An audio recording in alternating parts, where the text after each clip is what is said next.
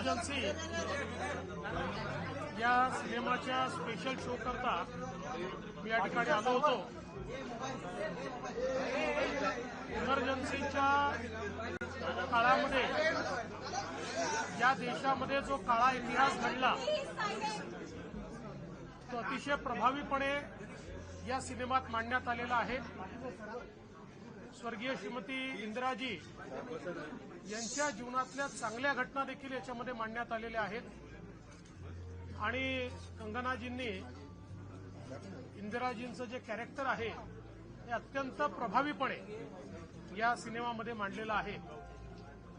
खरं म्हणजे या देशाच्या इतिहासामध्ये इमर्जन्सी एक असा काळा अध्याय होता ज्यावेळी भारतरत्न डॉक्टर बाबासाहेब आंबेडकरांचं संविधान हे पूर्णपणे गुंडाळून ठेवण्यात आलं।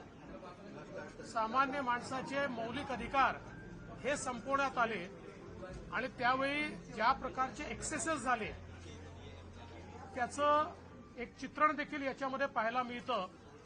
आणि त्याचवेळी 1971 साली ज्या दृढतेनं भारताने बांगलादेश निर्माण केला ती दृढता देखील याच्यामध्ये पाहायला मिळते।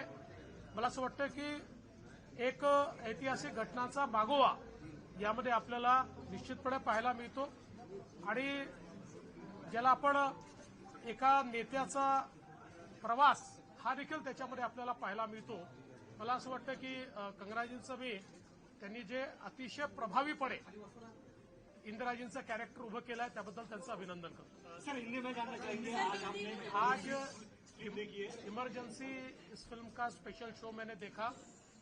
इमरजेंसी हमारे देश के इतिहास में एक ऐसा अध्याय है जिसमें पूरे तरीके से लोगों के मौलिक अधिकारों का हनन हुआ था। भारत के संविधान को एक प्रकार से बंद कर दिया गया था। लाखों नेताओं को 2-2 साल जेलों में बंद किया गया था और जिस प्रकार से जनता के ऊपर उस समय अत्याचार हुआ था इन सारी चीजों को बहुत प्रभावी ढंग से इस फिल्म में रखा है। लेकिन साथ साथ कंगना जी ने जिस प्रकार से स्वर्गीय श्रीमती इंदिरा जी का कैरेक्टर इसमें हमारे सामने लाया है मैं उनको बधाई देना चाहता हूं। बहुत प्रभावी ढंग से उन्होंने उसको लाया है और केवल इमरजेंसी का काला कार्यकाल नहीं तो उससे पहले इस देश में इंदिरा जी के नेतृत्व में 71 की जो लड़ाई हुई थी उसको भी बड़े अच्छे ढंग से सामने लाया गया है। तो मैं ऐसा मानता हूं कि एक प्रकार से उनकी जो लाइफ जर्नी है वो लाइफ जर्नी भी इस पिक्चर के माध्यम से हमारे सामने आती है और देश का एक ऐसा इतिहास कि जो शायद लोकतंत्र को अगर जीवित रखना है तो जो इतिहास सबको पता होना चाहिए वो इतिहास भी इस फिल्म के माध्यम से हमारे सामने आता है।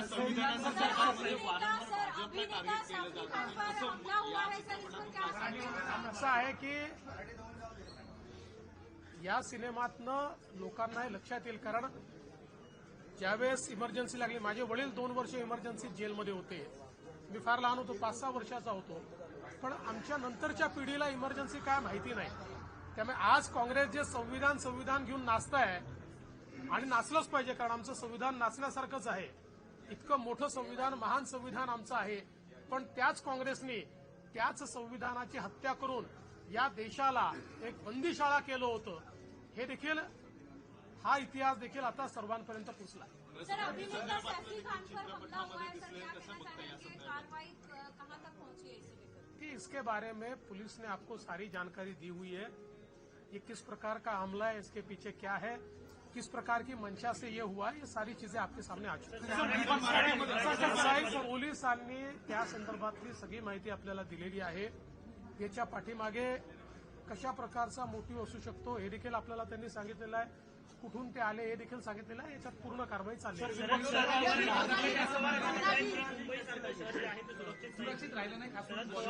मला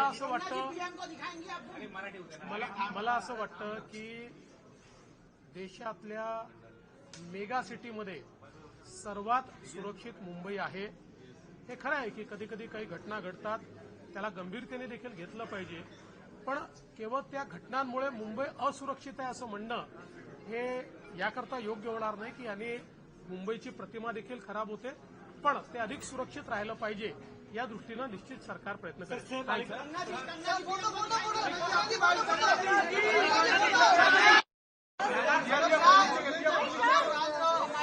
हमारी पूरी टीम के लिए आप जानते हैं कि हमें कितना संघर्ष करके आज हम थिएटर्स तक पहुंचे हैं और मुख्यमंत्री जी जो हैं हमारे यहाँ पर फिल्म देखने आए, इन्होंने फिल्म को देखा और बहुत सराहा, तो हमारी टीम के लिए और हमारे लिए बहुत ही सौभाग्य की बात है. कल फिल्म जो है सब थिएटर्स में आ रही है और अपनी फैमिली के साथ जाइए. आप देखिए कि ये एक संविधान से जुड़ी हुई फिल्म है, बहुत ही क्लीन, नीट एंड क्लीन, किसी तरह की कोई अश्लीलता, किसी तरह की कोई जो लोगों को लगता है, जैसे उन्होंने कहा कि एक बहुत ही डिग्निफाइड तरीके से बनाई हुई फिल्म है. प्लीज अपने परिवार के साथ गणतंत्र दिवस से पहले का जो ये हफ्ता है उसके थ्रू भी आप ये फिल्म एंजॉय करें. धन्यवाद.